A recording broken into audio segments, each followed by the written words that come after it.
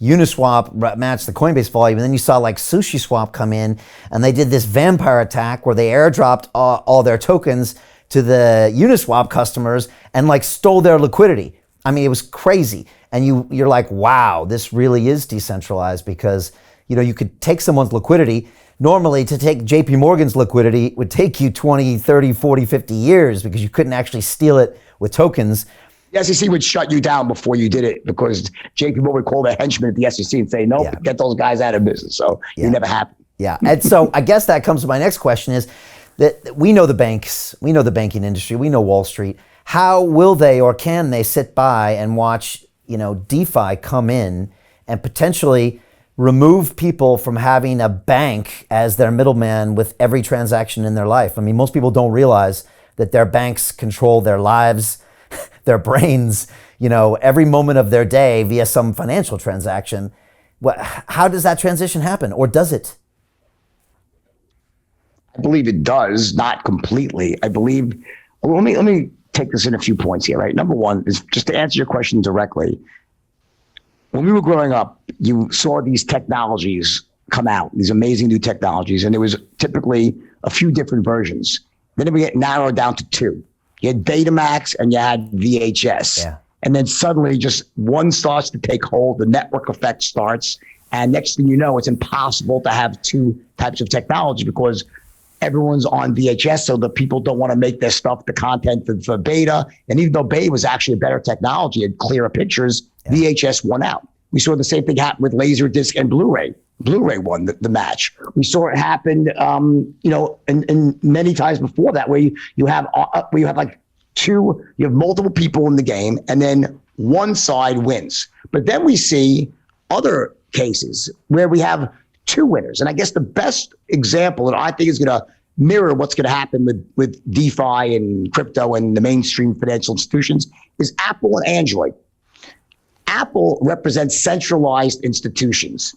They control everything. It's a tight-knit community. It's closed. You have to go through this one place and no one could use it. Versus Android is basically open source technology somewhat, where people can sort of have all these different companies can use Android. Hence why there's far more volume in Android than there is in Apple's 30%, 20% of the market. Yeah. Android is 70 maybe, but it's made up of 1,000 different companies, while Apple is one company. So it's the best, and they have certain advantages by being a closed ecosystem and control and user experience that gives Apple a huge edge. And also Apple's an amazing brand. But you notice you have these two independent technologies that run side by side. And now in the early days, if you had an Apple computer, you couldn't run Microsoft programs. And ultimately, they created links to the two over time. And they started to talk to each other, and you can get off and on, and all the on-ramps and off-ramps between Google Play and Apple Store and their, everything that happens with all those ecosystems, right? They start to talk to each other. I think that's what's going to happen with centralized financial institutions and DeFi.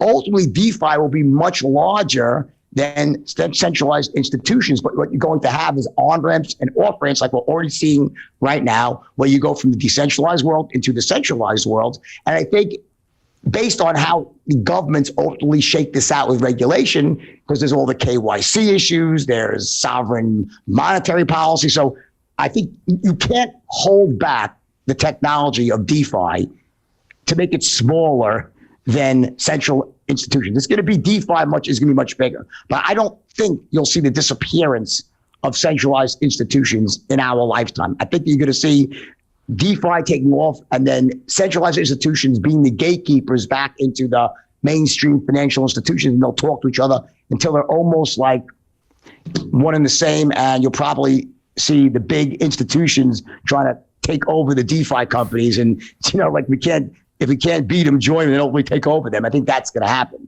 very quickly. That's the answer to your question. So, one more point here, but I think one thing we definitely need to discuss is that DeFi is not just SushiSwap and Pancake. There's all these other DeFi protocols out there right now, countless. They're launching every day, some good, many that are not good, using the name DeFi to, again, create situations of like their own version of a shitcoin. But so, DeFi is much more than just that Pancake swap and Sushi swap. There's much more than that. Right. So just people need to be aware of and still evaluate each protocol and each coin separately. Just because it's DeFi doesn't mean it's great.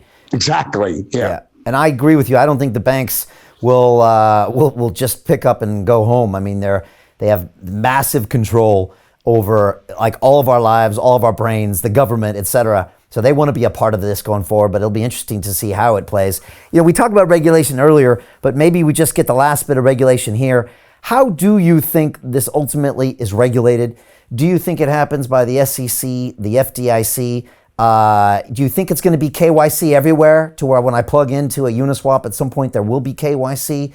And you made another great point. You said you might want the SEC to regulate this because when the district attorney gets involved, you know, you go to prison.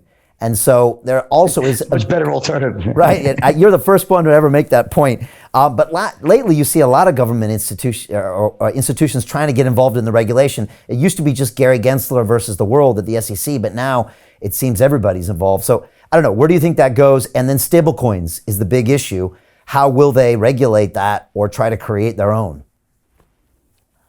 So, number one, I think the chance, I'm going to make a bold guess here, that they're going to form an entirely new regulatory body that regulates cryptocurrency. I'm just going to guess there's going to be an entirely new independent body that will be formed in the same way that we didn't have Homeland Security a bunch of years ago. We just had like all these different things. They actually formed Homeland Security, which had sort of, you know, jurisdiction over a lot of different things. I have a feeling they're going to come up with a new label.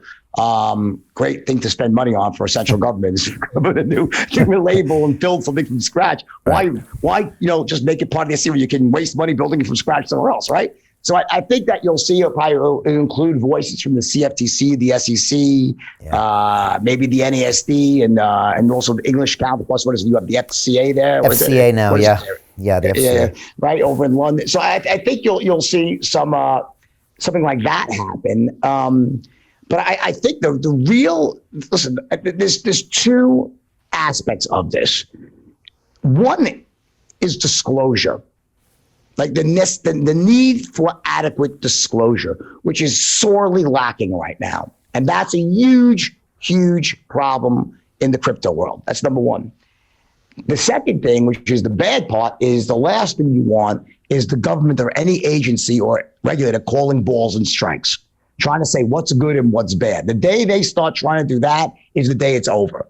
And I think the government knows that because all of U.S. securities laws is designed to not call balls and strikes. They're not going to say this is good, this is bad. They'll just say, you better tell people how much we think it sucks. Like you have to tell them how bad it is. And if you do, then it's the buyer beware. So I think that's really needed. I think that you have to have an adequate disclosure mechanism for people to invest in crypto. In the absence of that, you have just too many unscrupulous players that take advantage.